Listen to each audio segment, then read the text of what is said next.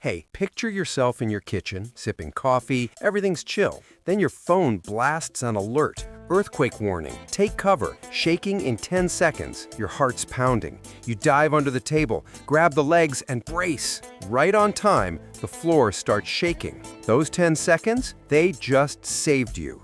Today, we're digging into earthquake early warning systems, how they catch quakes before the shaking hits, and why those seconds mean everything. Earthquakes kick off when tectonic plates slip underground. That slip sends out energy in waves. First up are primary waves, P waves. They're super fast, moving at like 8 kilometers a second. They wiggle the ground like a slinky, but they're not the ones causing trouble. Then you've got secondary waves, S waves. These are slower, about 4 kilometers a second. They shake things side to side, up and down. That's what knocks buildings over and puts people at risk. Last comes surface waves, creeping along the Earth's crust, making things worse in cities. Here's the big deal. There's a gap between those fast P waves and the destructive ones. Sensors near where the quake starts pick up P waves first.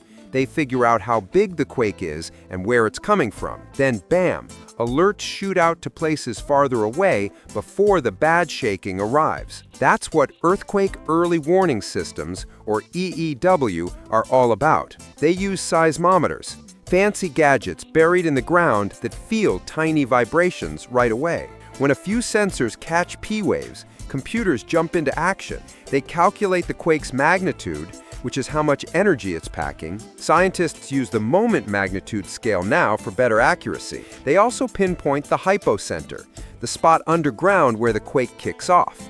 From there, they predict how hard the shaking will hit different places. Alerts fly out through apps, sirens, TV, radio, even straight to your phone. How much heads up you get depends on how far you are from the quake.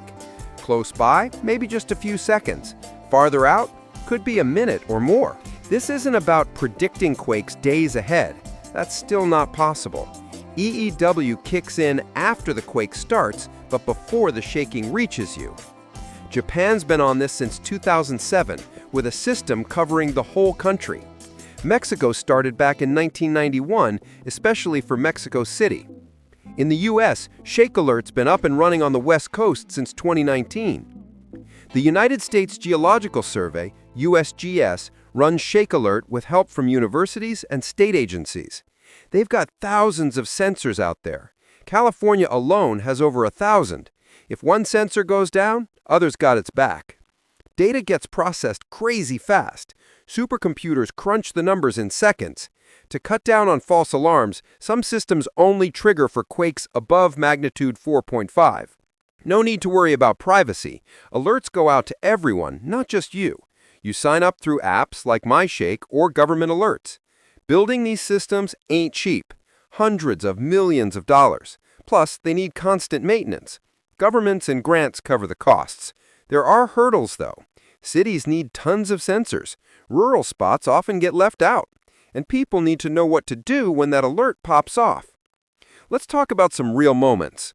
In 2011, Japan's Tohoku quake was a monster, magnitude 9.0. Their EEW gave Tokyo 80 seconds of warning. Trains stopped cold, elevators froze, factories shut down machines. That saved a ton of lives in the chaos. In Mexico, the 2017 Puebla quake hit magnitude 7.1. Their SASMEX system gave Mexico City 30 seconds. Sirens went off, kids ran out of schools. Even with buildings collapsing, so many people made it to safety. In 2019, California's Ridgecrest quakes, magnitude 6.4 and 7.1, put Shake Alert to the test. A hospital got 10 seconds heads up. Staff locked down equipment, kept patients safe. In 2022, a magnitude 6.0 quake off Northern California sent alerts to 3 million phones. Some folks got 5 to 10 seconds. They ducked under desks just in time. It's not always perfect.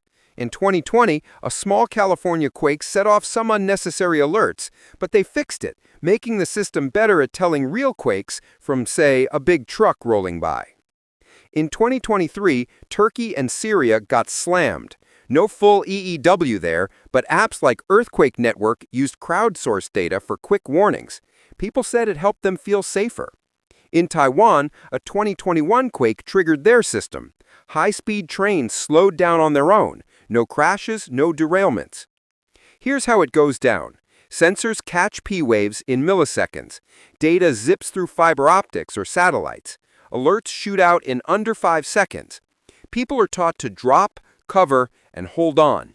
Drop to your knees, get under something solid, hold tight till the shaking stops. Automated systems help big time. Power grids cut off sections, gas lines shut to avoid fires, airports hold planes on the ground. Data from Japan's 2011 quake showed 75% fewer injuries in areas that got warnings. Those 10 seconds are everything. You can move away from windows, pull over if you're driving, or pause a surgery. The USGS says Shake Alert could save $10 billion a year in the U.S.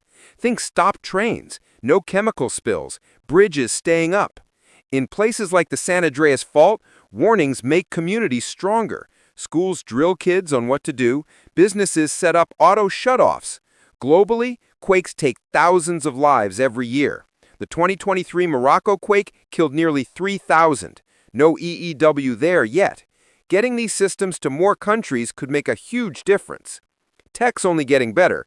AI's speeding up detection. More sensors mean sharper accuracy. Smart cities are tying alerts to traffic lights, clearing roads. Apps like Quake Alert USA have millions of users, and feedback keeps improving things. There's still stuff to figure out, though. Rural areas need better coverage. Countries need to share data across borders.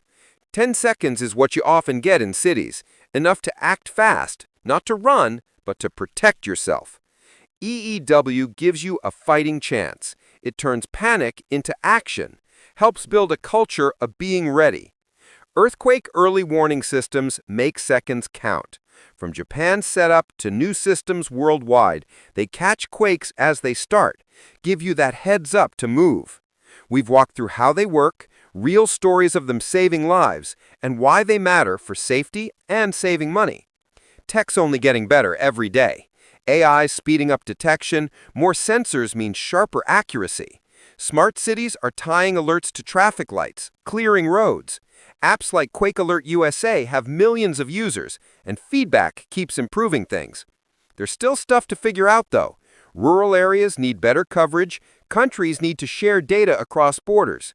10 seconds is what you often get in cities, enough to act fast, not to run, but to protect yourself. EEW gives you a fighting chance.